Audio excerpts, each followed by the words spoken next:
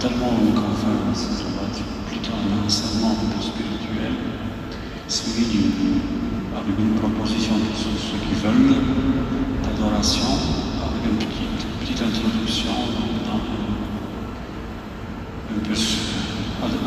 introduction qui va dans le sens de ce que Charles vivait dans l'Eucharistie. Voilà. Merci. Avant de commencer d'étudier le diaporama avec le texte de méditation de Charles, que vous avez le même sur le feuille, je vais présenter brièvement l'histoire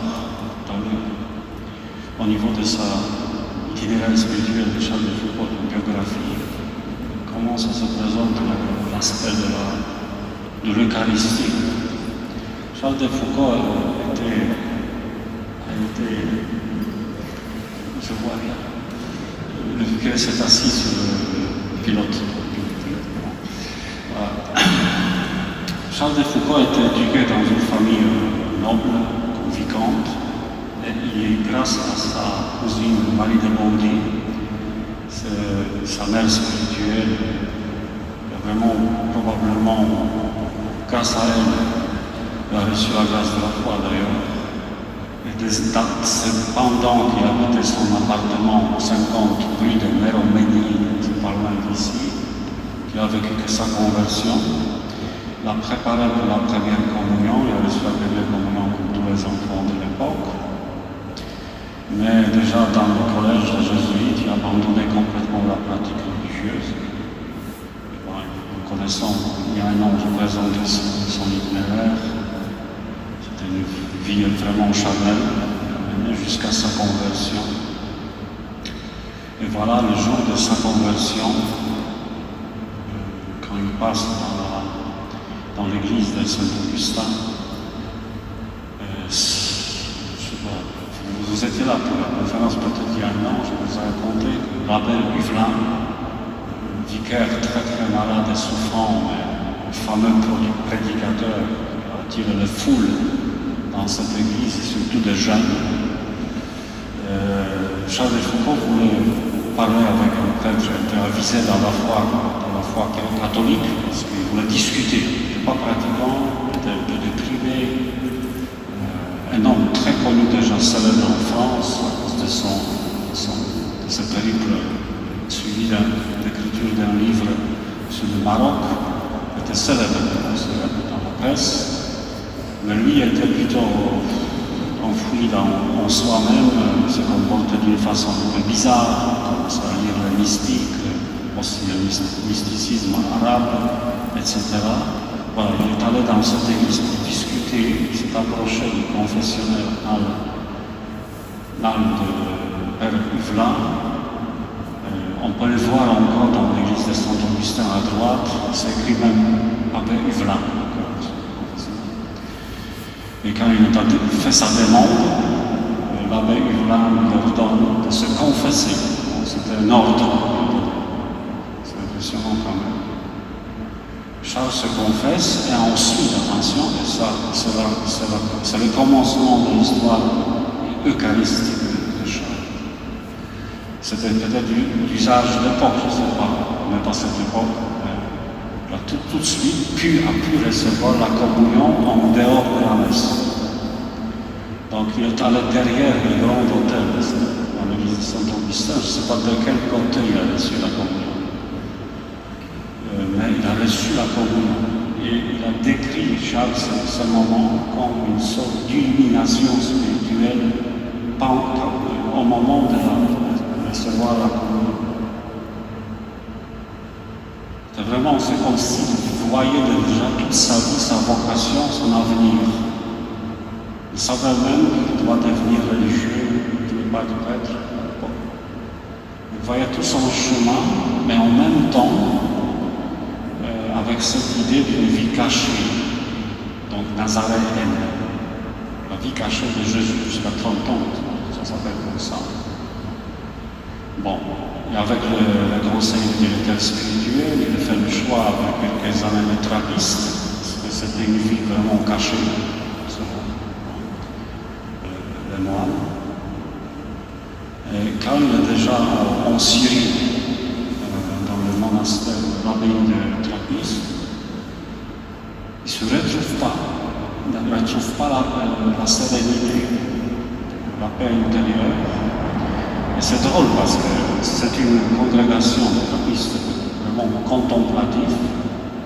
On dirait que c'est le silence, contemplation, la prière et le travail selon la règle de Saint-Benoît. Mais lui, il est inquiet. Et d'après le témoignage de Paul, à tout moment où il a un moment libre, il va devant le tabernacle. Mais ce n'est pas conforme à la règle de vie des moines. Les moines, vous êtes dans le monastère de moines, ils ne font pas d'adoration. C'est plutôt la liturgie des heures. Donc il commence à avoir très vite une crise spirituelle, et c'est là qu'il voit déjà, dans sa tête, l'idée des communautés nazaréennes qui font la vie cachée, comme dans la maison de Nazareth, où le point central, il y a déjà des textes de cette époque, de ce projet, c'est l'adoration du Saint. Finalement, il quitte le trappiste, après avoir... il est allé en Terre Sainte pour 3 ans, venir domestique chez le Clarisse, à Nazareth. Et là, il vit en dehors du cloître, c'est ça, cloître. Il y a une sorte de cabane en bois où il a l'accès à l'oratoire, chapelle de sœurs, où il passe de longues heures de prière. Et quand il quitte l'abbaye, il se réfugie dans sa cabane, et là il a écrit probablement à l'époque 2000 pages de méditation. Il étudie surtout les évangiles et la méditation. Une partie de ce texte, vous savez, c'est de cette époque, sur l'Eucharistie. Et là, il vit une union mystique avec Dieu, vraiment mystique, avec des grâces extraordinaires mystiques. Ce n'est pas le sujet de cette conférence. Par exemple, le baiser de Jésus. Il touche les lèvres de Jésus, par exemple, où il ressent le battement du cœur de Jésus sur son cœur, etc. C'est une grâce mystique. Bon, quand le projet de la Terre Sainte échoue, comme d'habitude dans sa vie, il y a un an, je vais dire, n'est-ce pas? Charles cherchait jusqu'à la fin de ce jour, il constamment changeait la formule spirituelle de sa vie extérieurement. Il changeait tout le temps. Et quand il est ordonné prêtre, d'ailleurs, quand il était préparé à Notre-Dame-de-Neige pour la prêtrise, je proche bien,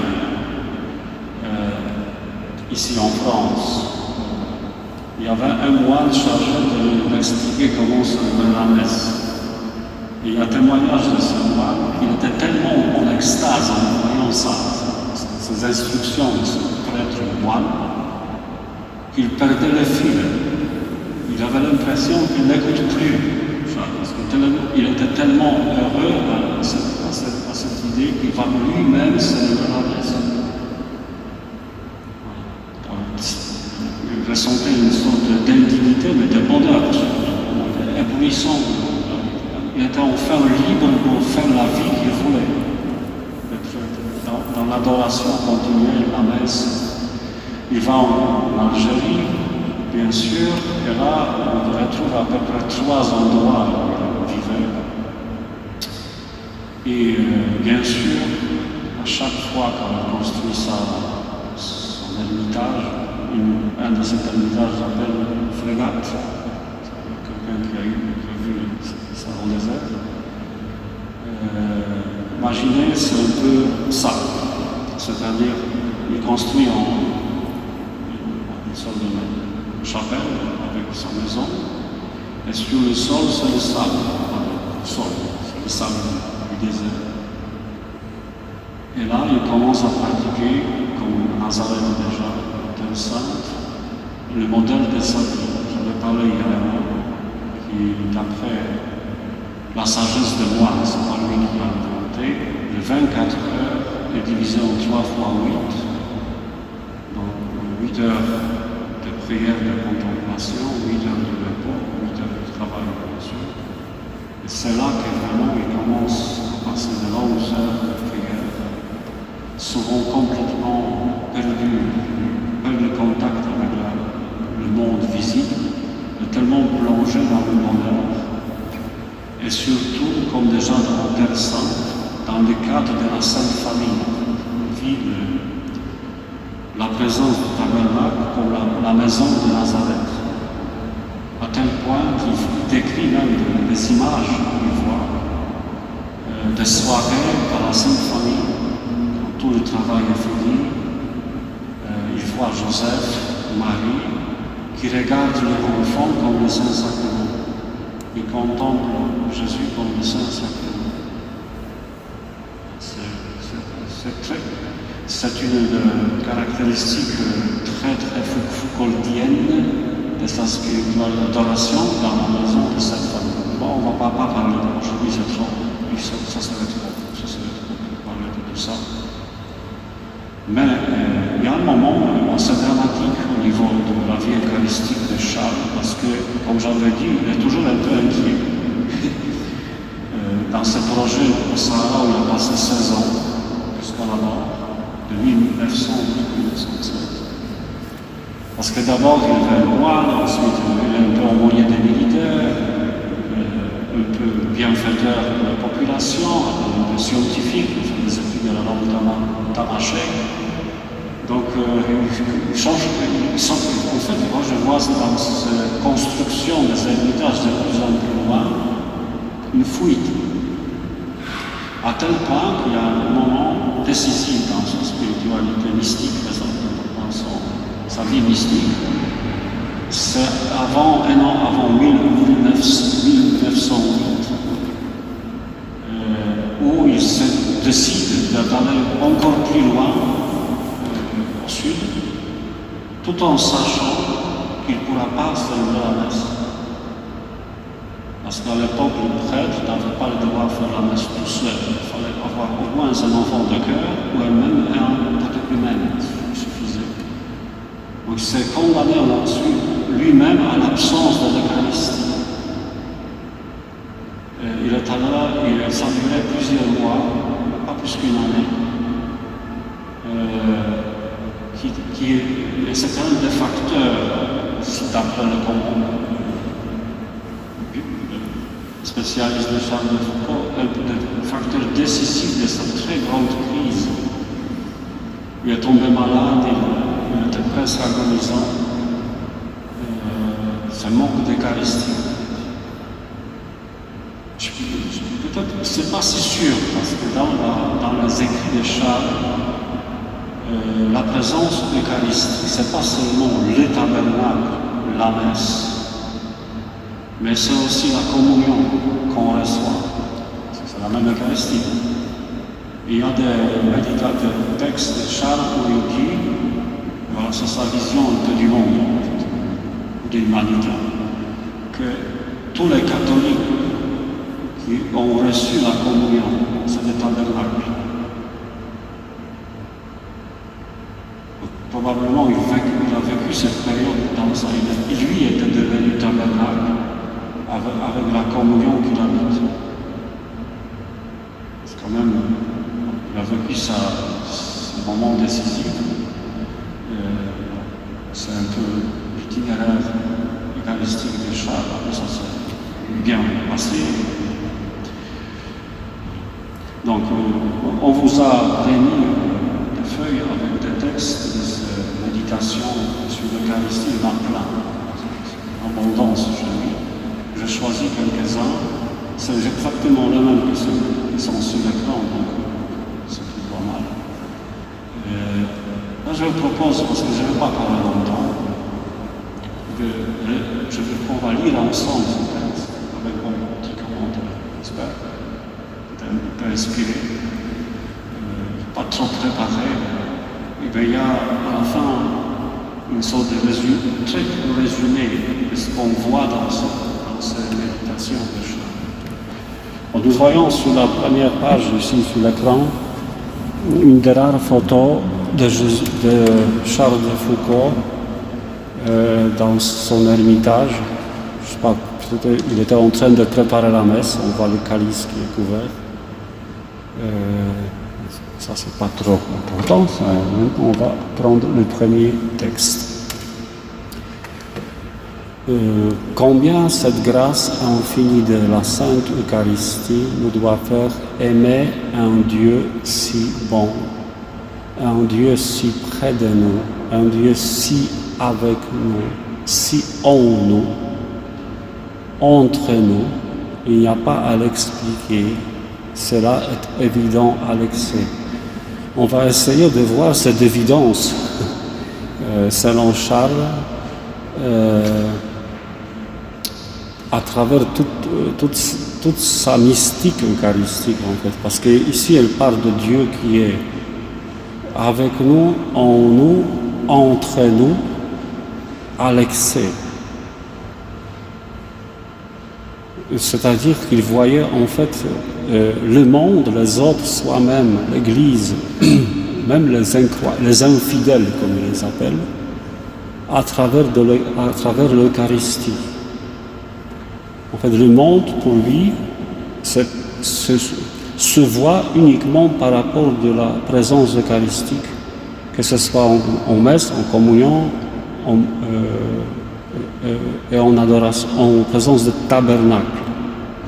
J'ai oublié de dire que quand il était en Algérie, sachant qu'il ne pouvait pas passer la frontière du Maroc, où il n'y avait pas de messe, aucune messe, il est allé exprès sur les collines d'où il voyait le Maroc pour célébrer la messe en direction de ce pays.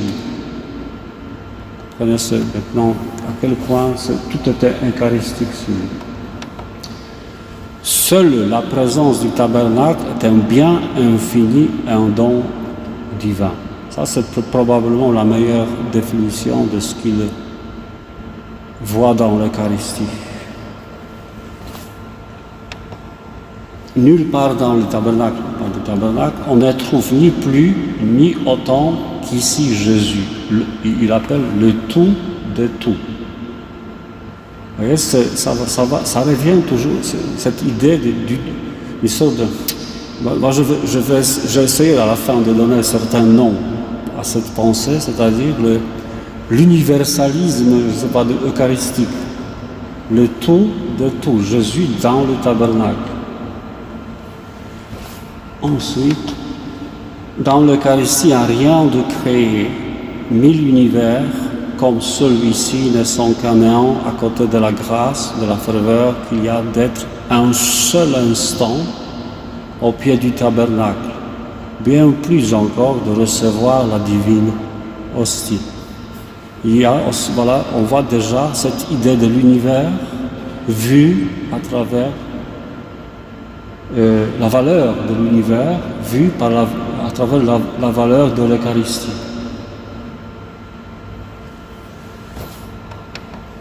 C'est de plus en plus long texte. Jésus nous offre dans l'Eucharistie, ça c'est moi qui ai écrit, 3 dons divins. Il parle de 3 dons divins, c'est infini, pardon. En vous donnant ainsi ma présence dans vos tabernacles jusqu'à la fin des siècles. Ça c'est le premier don de l'Eucharistie, la présence seule du tabernacle. Je vous fais un premier don infini, mais je vous en fais 2 autres infinis aussi. Je me donne à vous en second lieu pour être votre nourriture. Ça, on va toucher ce sujet, c'est-à-dire c'est une théologie eucharistique, en fait, c'est pas seulement Charles. Dieu qui habite le tabernacle, mais en même temps, il va habiter moi comme un tabernacle. Et en 3e lieu, pour être offert par vous en sacrifice à mon Père en mon nom. Ça, c'est le sacrifice de la messe, pas le sacrifice de la messe. Il y a beaucoup de méditations détaillées comme ça, mais je ne voulais pas trop citer ici ce soir, où il étudie un peu le sujet objectif et subjectif de l'Eucharistie. Qu'est-ce que l'Eucharistie, c'est objectif, et subjectif, qu'est-ce qu'elle nous fait l'Eucharistie. Il y a beaucoup de méditations pareilles. Comment n'aimerions-nous pas un Dieu quand la source de toute perfection et de tout amour s'unit à nous si étroitement, quand Dieu lui-même se serre entre nous, si tendrement, si suavement, si bienheureusement. Oui, de plus en plus dans ce quatrième évangile, l'évangile de Jean, vous nous établissez dans votre amour par la vie de foi, l'obéissance, Sainte Eucharistie. On voit ici, parce que quand il me dit de l'évangile de Jean, c'est bien sûr consacré surtout à cet amour nuptial qui est entre l'âme et le bien-aimé Jésus. Et on voit les traces ici de ce qu'il a vécu lui-même dans les états mystiques. Tendrement, suavement, bienheureusement, par beaucoup de l'amour passionné, aimer passionnément Jésus. Donc c'est vraiment un amour fou chez lui. Voilà. C'est de plus en plus long. Une messe, une communion peuvent plus pour les âmes que toutes les œuvres extérieures, car ces œuvres extérieures ne pourront faire du bien aux âmes que juste dans la mesure où Dieu leur parlera lui-même intérieurement. C'est le primat de l'intériorité sur l'extérieur, l'apostolat, ou contemplation sur l'apostolat. C'est pas pour nier l'apostolat et les actions, mais pour montrer la vraie source de la fécondité de l'apostolat. Nous obtiendrons plus facilement de Dieu qui leur parle au-dedans par une communion. Voilà, ça, on voit bien le lien entre vivre la présence eucharistique par la communion en soi-même et une sorte de source de sagesse. Source de sagesse. Quelque grandes qu'elles semblent, ces œuvres, tout le reste est humain, en grande partie malgré ce que la grâce y ajoute de divin. La Sainte Communion, malgré nos imperfections et ce qu'elles y mêlent d'humain, reste dans son fond toute divine. C'est Dieu lui-même, c'est Jésus. Ça, on se concentre ici plus que sur le rapport entre la communion que je reçois et l'état de mon être humain. Charles écrit clairement que quel que soit notre état ressenti au niveau moral, psychique, physique, intellectuel, la communion reste la même.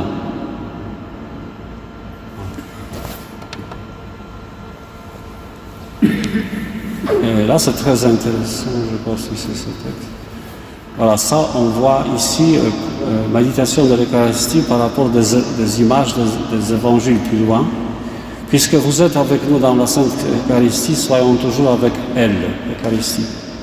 Tenons-lui compagnie au pied du tabernacle, ne perdons pas par notre faute un seul des moments que nous passons devant elle, Dieu là, qu'irions-nous chercher ailleurs.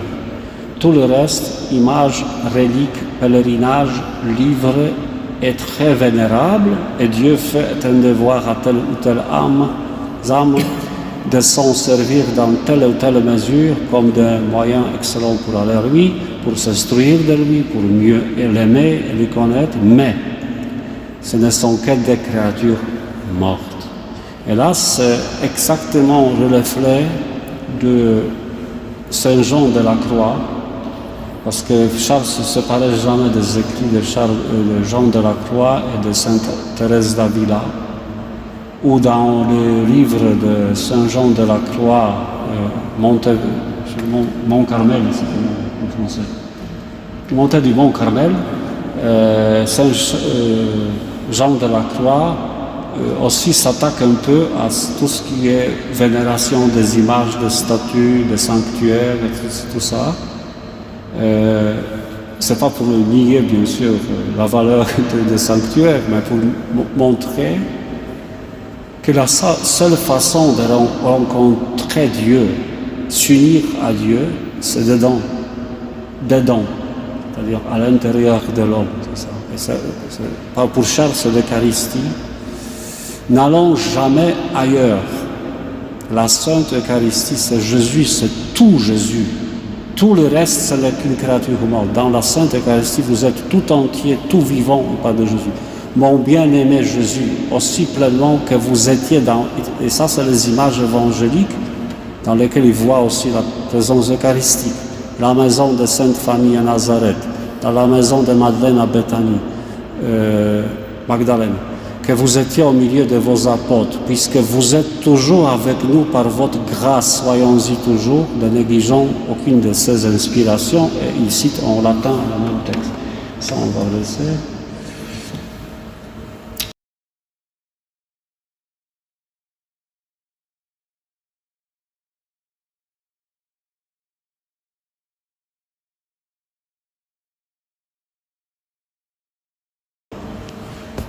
C'est le même texte. Et voilà, pour finir, je vais finir déjà,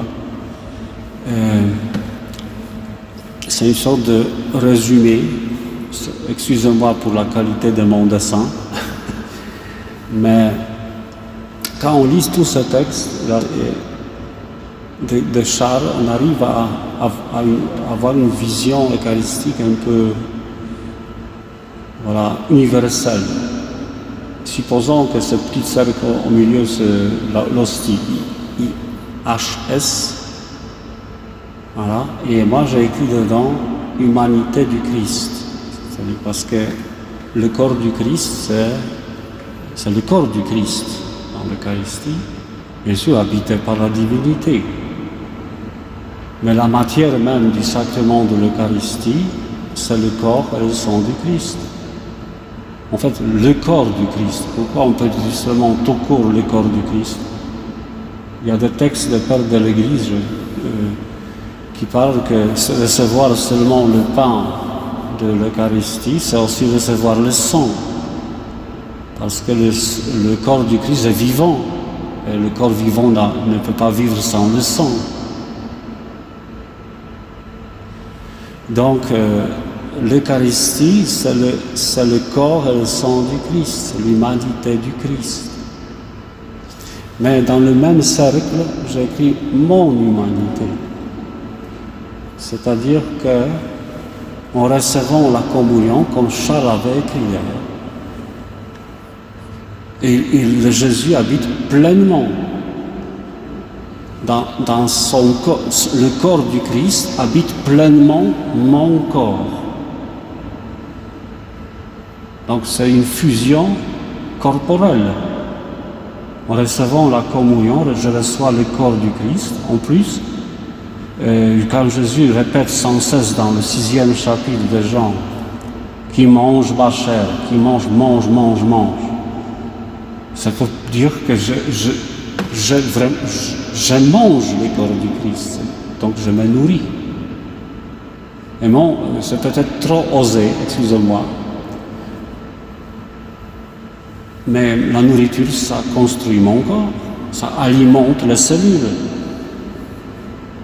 La nourriture, ça sert à ça, construire mon corps.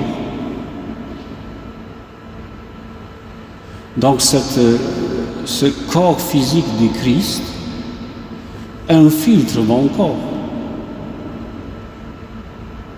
C'est là que nous rencontrons, c'est comme ça que nous nous unissons à Dieu. Pas à travers l'humanité du Christ, nous ne sommes pas Dieu. Mais le corps du Christ ne peut pas se séparer de la divinité. Donc, c'est pour ça que Jésus dit qu'il mange mon corps à la vie éternelle. La vie éternelle, c'est la divinité, dans la divinité de Dieu. Donc, on est divinisé. Et je voudrais vous dire une petite curiosité théologique.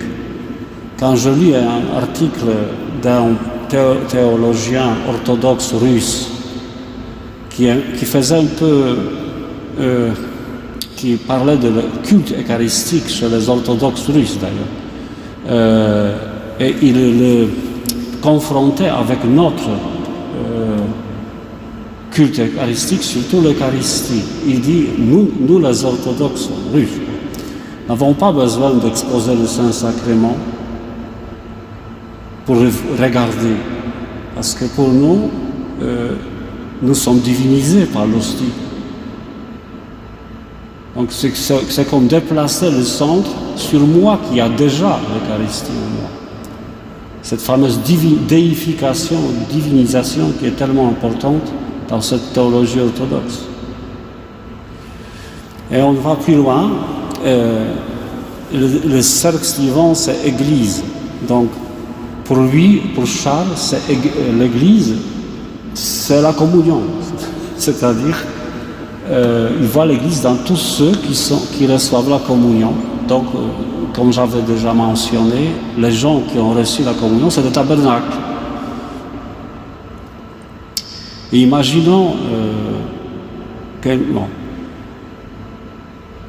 on voit la ville de Paris, si on essayait de scanner les habitants de la ville de Paris, d'un disons, rayon invisible de divinité pour voir la présence eucharistique dans cette ville en dehors des tabernacles dans les églises, mais à travers tous ceux qui ont reçu la communion. Parce que quand il y a la messe ici, disons, combien 300 personnes à la messe à 11 heures,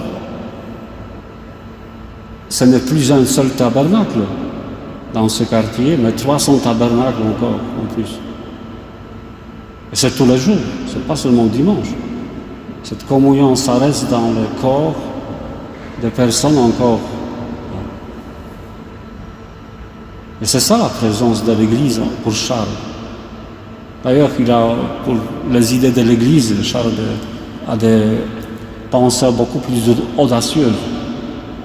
Bien avant le Concile Vatican II, ou même dans les personnes qui ne sont pas dans l'Église, qui ne sont pas baptisées, ces fameux infidèles, ils voient déjà les enfants de l'Église.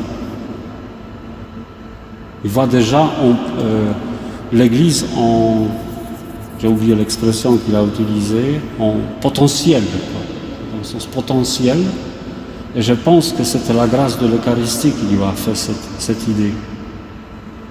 Il ne voyait plus les gens comme les ennemis, les infidèles, les damnés, mais il voyait avec ce regard d'amour de la maison de Nazareth. Je parle trop. Mais ça va beaucoup plus loin. Vous voyez, dans ces méditations, on a entendu l'univers, les univers, 1000 univers sont un néant par rapport de la présence eucharistique. Donc, c'est dans la théologie de spiritualité, quand un mystique regarde la création, c'est-à-dire l'univers, avec les yeux de Dieu, il voit l'univers devient transparent. C'est la vision contemplative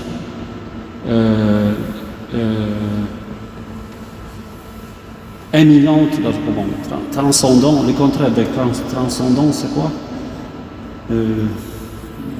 Immanent, voilà, pas immanent. C'est vrai parce que spiritualité de Charles, c'est clairement immanent, spiritualité imminente. Imminente, ça veut dire qu'on découvre Dieu du dedans de moi, qui est en moi.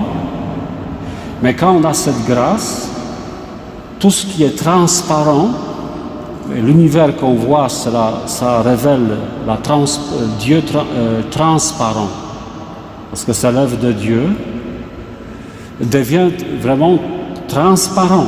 C'est-à-dire le monde, on le voit seulement dans le cadre, c'est difficile à exprimer, c'est-à-dire avec les yeux de Dieu. Donc, même s'il écrit c'est néant, c'est rien, c'est nul, cet univers, mais en même temps, on le voit comme l'œuvre de Dieu. Et c'est dans ce cadre que Charles, dans cette à ce niveau que Charles avait cette pensée audacieuse sur les infidèles, qu'on les appelait à l'époque. C'est plus les damnés, comme on dit. C'est les enfants de l'Église future.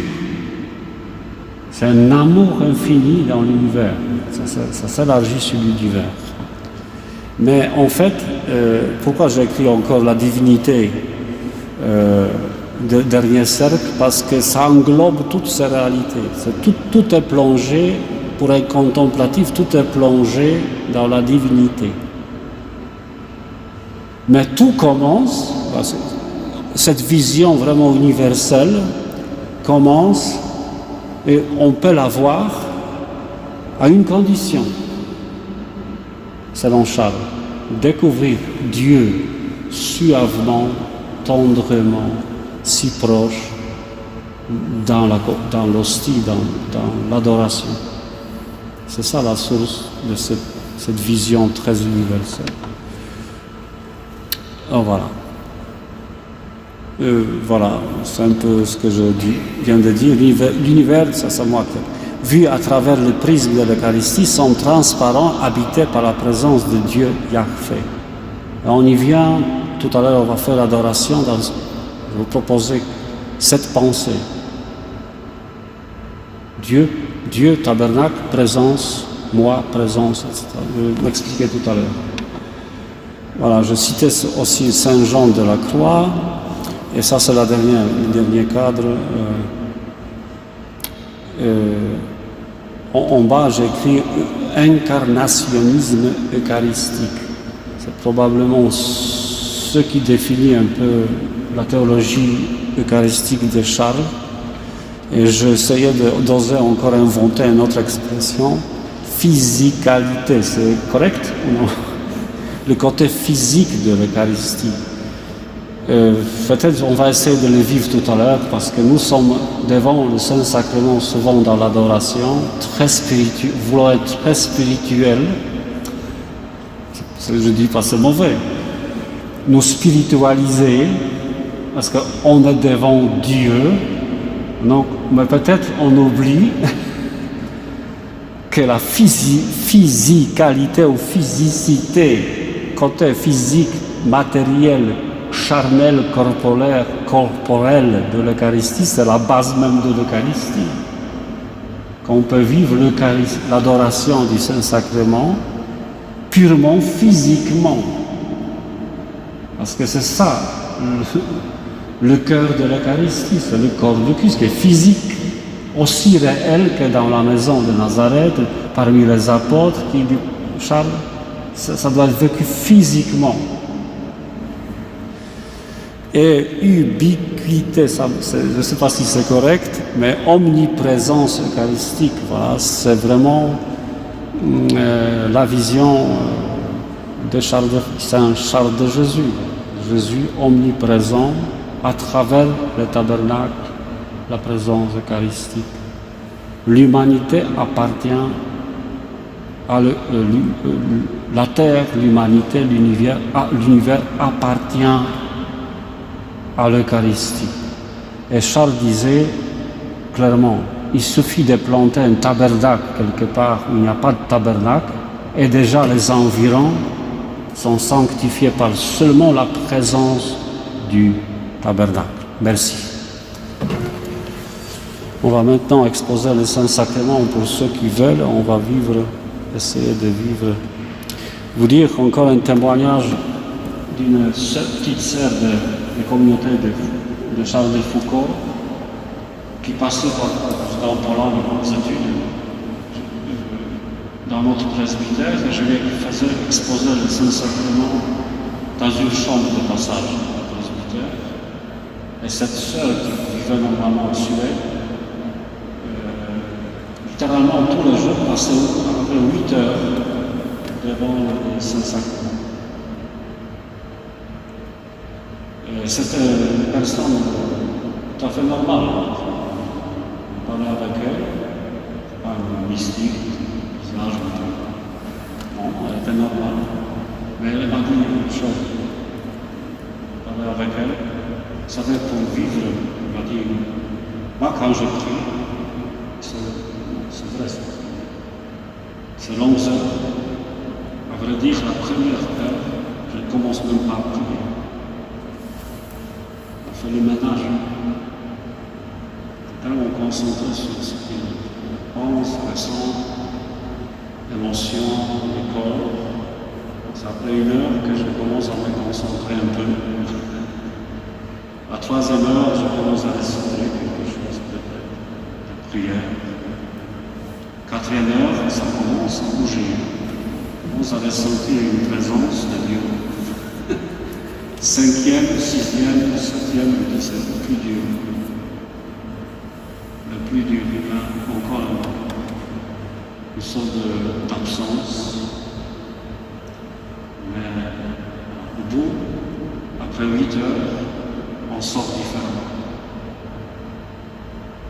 Parce que vous savez, dans la mystique,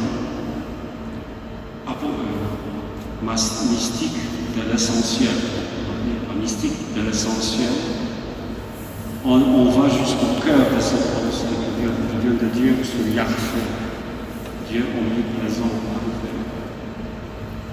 Et en fait, si Dieu s'appelle Yahvé, je suis, la seule façon de rencontrer un tel Dieu, c'est d'être devant Dieu, ou en Dieu. Dieu me dit je suis, mais moi je dis aussi je suis. C'est de je suis, il se plonge dans le même je suis. On est ensemble, je suis. Seule la présence, je suis devant le tabernacle du Saint-Sacrement, c'est déjà une prière. Je dirais même à l'envers. C'est-à-dire que c'est quand on est devant le Saint-Sacrement, au moment où j'arrête ma prière pour être devant le Saint-Sacrement, c'est là que l'adoration commence. Et Charles faisait la même chose. Quand il parle de ses adorations de longues heures, il se réchauffe avec les bréviaires, les litanies, il médite, il se réchauffe devant le Saint-Sacrement. Mais c'est juste pour préparer le chapelet, pour ensuite entrer dans une longue contemplation, sans parole, juste présente. Peut-être je ferai ça comme un commentaire pour ces 10 minutes qui restent, 15 minutes. Essayons, c'est un exercice que je vous propose, je propose aux enfants aussi souvent, quand j'avais des enfants en adoration. 2 démarches, et troisième le plus important. Quand vous êtes devant le Saint-Sacrement, si vous voyez des enfants, des pensées qui traversent ou des émotions dans votre tête, ressentez quelque chose devant le Saint-Sacrement, des pensées ou des émotions plus graves. La première méthode de se débarrasser de ça, c'est l'essuie-glace.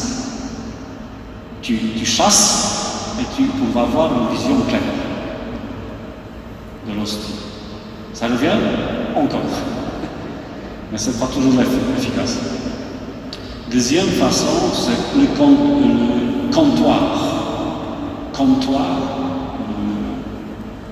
marchand à la boutique. Quand ces pensées qui sont trop fortes, ça dérange trop l'adoration. Et l'essuie-glace, ça ne suffit pas, c'est une déluge. Il ne faut pas lutter contre. Mais monter un comptoir entre moi et le Saint-Sacrement, ici une table, et je dis à Jésus, on va le regarder ensemble. Moi de mon côté et toi de l'autre. Troisième méthode, les enfants ont bien compris, c'est la plage. Je pose toujours aux enfants cette question, première question. Pour se bronzer, il faut faire quoi? Il faut se déshabiller. Et puis ensuite, on fait quoi? Rien. C'est le soleil qui fait le reste. Le Saint-Sacrement, c'est le soleil. Et tout mon effort de se déshabiller, nu. Pour être vraiment au maximum exposé à ce rayon. Mais l'exercice que je vous proposerai, c'est particulièrement les personnes disent que c'est très difficile de faire ce moment qui reste d'adoration purement physique. C'est pour cela, pour moi, une hostie plus grande et très bien grande et bien éclairée, c'est très important. Pas dans un coin sombre, mal éclairé, loin, ostensoir. Bien voir le pain eucharistique. L'exercice consiste à fixer les yeux sur cette hostie physiquement et essayer de ne rien dire, rien ressentir, rien penser, rien demander, de remercier, juste regarder l'hostie. Je ne sais pas si vous êtes capable de supporter ça. Parfois, on peut faire ça, regarder et de rien juger, rien entendre, rien dire. C'est le plus dur parce que c'est le contact direct de mes yeux avec le corps de Christ. C'est voir directement Jésus. Bien plus, la divinité à travers la matérialité, la physicité de l'hostie. On voit Jésus. C'est très dur. Supporter ce regard direct, mais tout en chassant le reste. Même si pendant 1 heure on réussit à faire 3 minutes comme ça, ça suffit pour 1 heure. Avec tout le bazar terminé. Comme bien dit cette sœur, petite sœur. Et seul le fait d'être ici devant Saint-Sacrement, de le regarder, c'est déjà une plus grande prière quand on a arrêté de prier. C'est la prière la plus puissante qui transforme l'univers. C'est pour cela que Charles a bien compris ça. Imaginez que pendant des heures, il était suspendu dans cette présence sans rien dire.